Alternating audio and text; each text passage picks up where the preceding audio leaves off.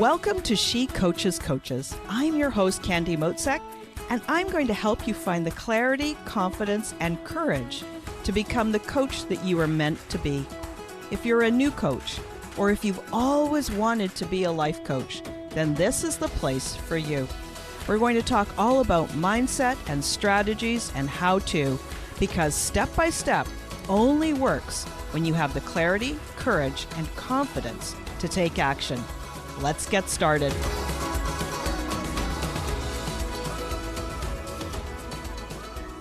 Hey friend, and welcome to this episode. I am so glad you're here. Now, before we dive in, I want to talk a little bit about what I've seen at the beginning of this year. So we're still in January 2022. If you're listening to this far into the future, that's okay. What I wanted you to know is that over the New Year period, I spent a lot of time listening really closely to my clients and analyzing where they were getting the results that they wanted and where things weren't working exactly as expected.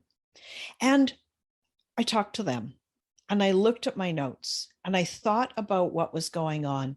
And in every single case, this is the one word.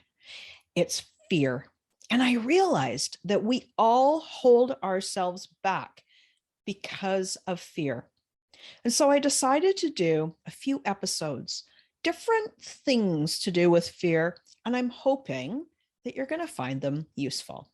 These episodes are dedicated to my clients, past, present, future clients. I want more than anything to help you guys live the life of your dreams. So let's dive in. This first episode is called Let's Talk About the Elephant in the Room. And as I said, I've got a few episodes that are going to be coming along, and they're all focused on fear. So let's go. So I want to talk to you about the elephant in the room. And this goes for all kinds of coaches, service professionals, leaders, online entrepreneurs. It doesn't matter where you are or who you are. But it's one of the things, it's one of those main ways that we hold ourselves back from being all that we are capable of being. And that thing is other people's opinions, or rather, how we think other people think. So, what do other people think of us, and how often do you choose to do something different because of what you think they're thinking? Do you hold yourself back because of what other people might think? So I wanted to talk about this. And so I've written a bunch of notes, and I'm just going to tell you some thoughts. And my hope is, as I'm processing and learning, and I'm sharing my lessons with you, that you take them in and you do something with them too. So why do other people's opinions, why do they mean so much to us? And I think for most coaches and healers and leaders, it's because for many of us small business owners, we're solopreneurs for the most part, maybe with a bit of a support team, but we are a reflection of our business. We may have a couple of people helping us, but our business is integral to us. And when your business is a little bit like this, especially when you're just starting out and you're pouring your heart and soul and mind into it, it really matters to you. You're really invested in it and you're investing in it. And that's one of the amazing things, right? We've got a business. We can be so passionate about our business and create something that really reflects us. A business with soul. Our soul, our heart, our business, all intertwined together. So when you and your business are so close, other people's opinions might feel more important because it's not just about your business. It's also about you.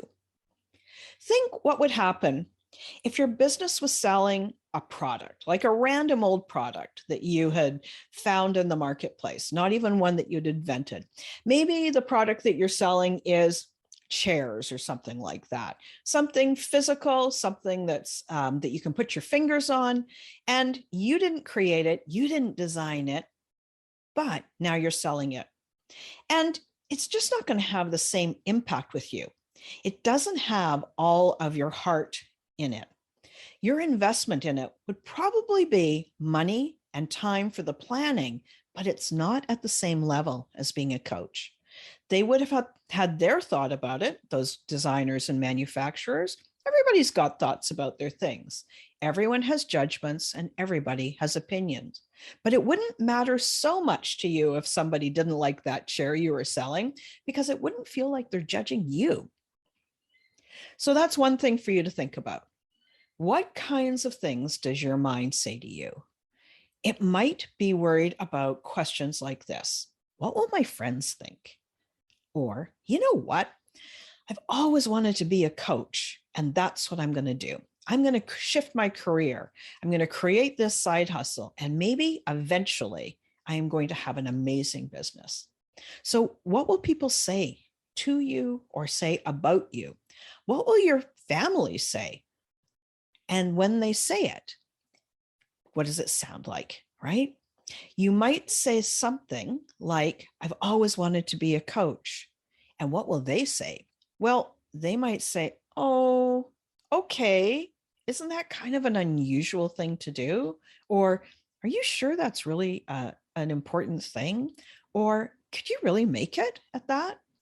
And so how often do you hold yourself back because of what you think somebody else might say? The thing is, you don't actually know what they're going to say. They might say, oh my gosh, that's so amazing. What an exciting thing. I know you're going to be successful. I know it's perfect for you. They may say that, or they might say something like this. Ooh, are you sure? And then try to talk you out of it. They could say any of those things and anywhere in between. The thing is, you know, you've got no idea what they're going to say or what their opinion is. So notice how you project your fear on others. And then you take that fear and you create a story based on that fear. Now, with care, I want to say this to you because we all do this. That story sometimes is based on some past experiences, for sure. But for the most part, we imagine a story that's not a great story. We imagine that they're not going to say something nice to us. We imagine that they're not going to support us the way that we'd like it. And so then what we do is we change our actions based on a story that we have thought, not that we've actually experienced. And that way we stifle ourselves. So in that story, you allow that to change how you think. So get me here. You create a story in your mind, and that story that you created changes how you think. And most of those times, we know that we have a bias, a negative bias. So most of those times, those stories are negative. And we think somebody's going to be mean to us or judge us. We think that, but we don't actually know, right? So these important words, we imagine, we project, we think, and all of this is us making up stories in our own mind. It all starts with our thoughts, and we are the ones that choose the story. And so that's the way that you can move forward, to take back your power and to move into doing those things that you really, really want to do. Remember, those thoughts are your thoughts, whether they're true or not. Who knows, right? And because of those thoughts, we either put a lid on our passion and don't allow ourselves to shine, or maybe even we dull our sparkle just a little. Sometimes we do a little, sometimes we do a lot. But what kind of thoughts are you having? So now, what I'm saying to you is this. When someone says, you're kidding, right? Or they might even say, you know what? I think you should take a dose of the real world. That's never going to work. Of course, they get to say it, right?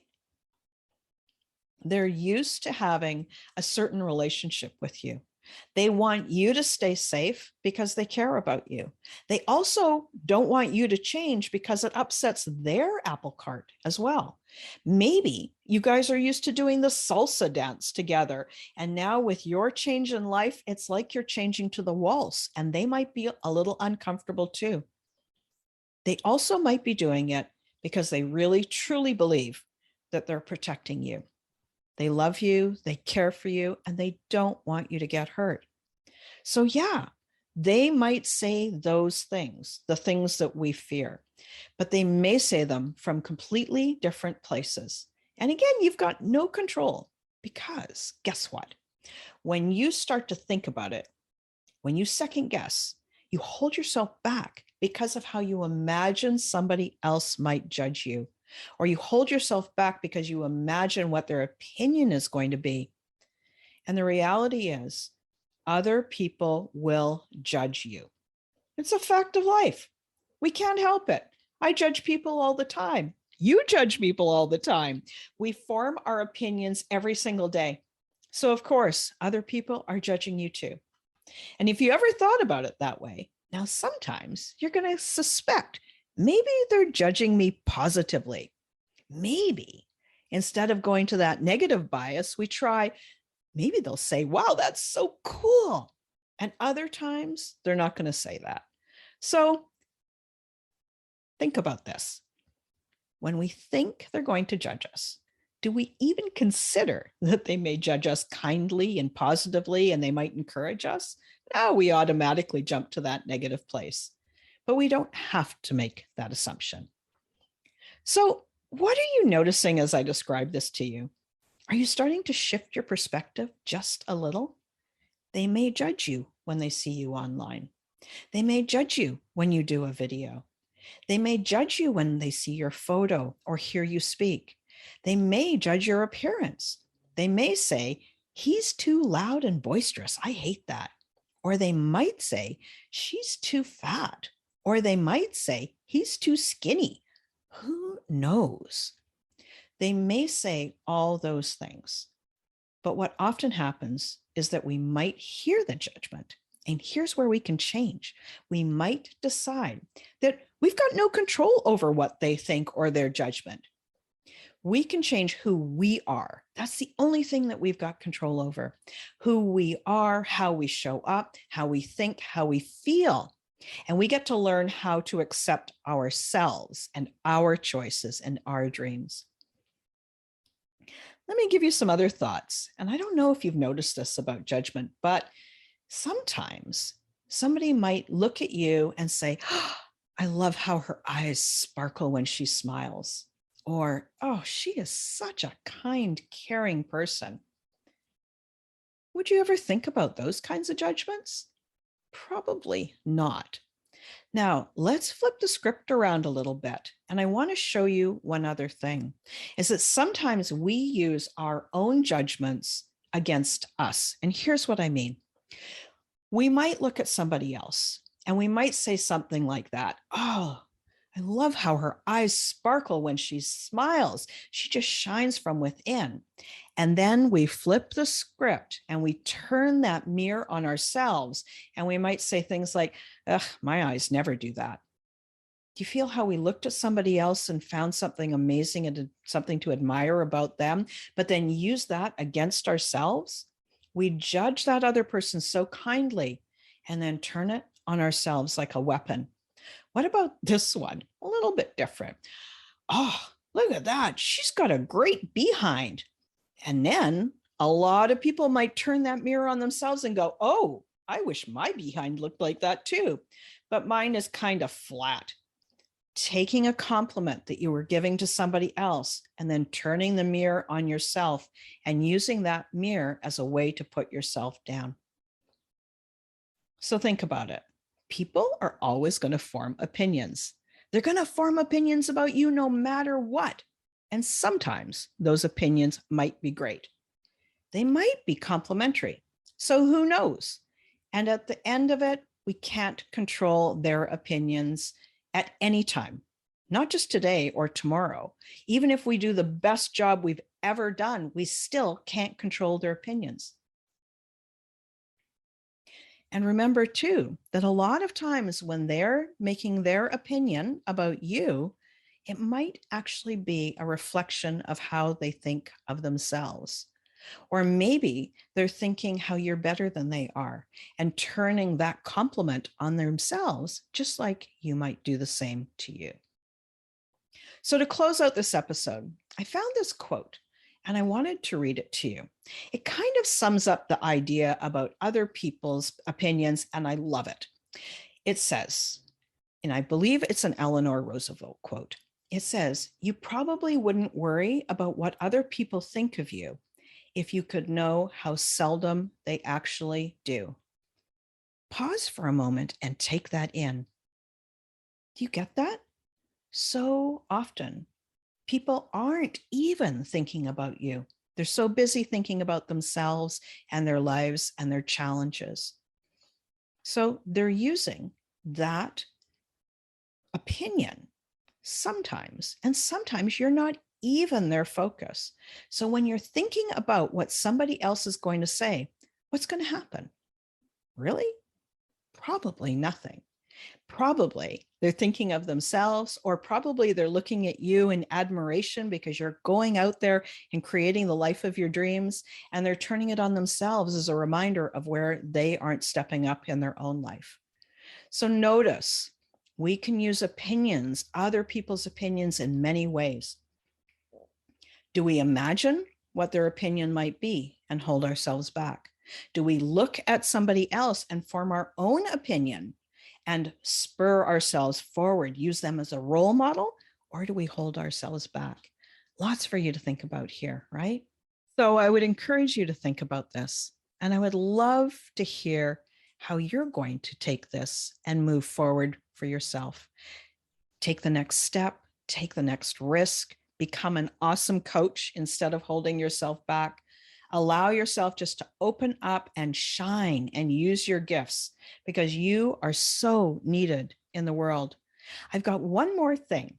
If you have always been curious about what it takes to become a successful coach, I've got something that I wrote for you. It's called The Ultimate Guide to Becoming a Professional Coach. And I've got a link in the episode notes. I'd really encourage you to go and download it and have a read, especially if this is something that you've been thinking about becoming a coach for a lot of years. If you've been thinking thoughts like, oh, I want to do that, I really want to be a coach, download this free report, have a read, and you can always DM me with questions. I love to hear from you guys. And if you want even more help, maybe you have had enough of figuring it out on your own, or taking hours and hours piecing together solutions by reading and watching and listening, then we should talk about how we could work together. I've got a few spaces open in my calendar for my private clients. Click on the link in the episode notes to find out how to apply to work with me. I'll be back and speak to you again next week. Thanks again for listening today. Please hop on over to Apple Podcasts and leave a review. Also, I would love to hear from you. Did something that I say resonate? What else would you like to learn about? Click the link in the player and leave a comment on the post.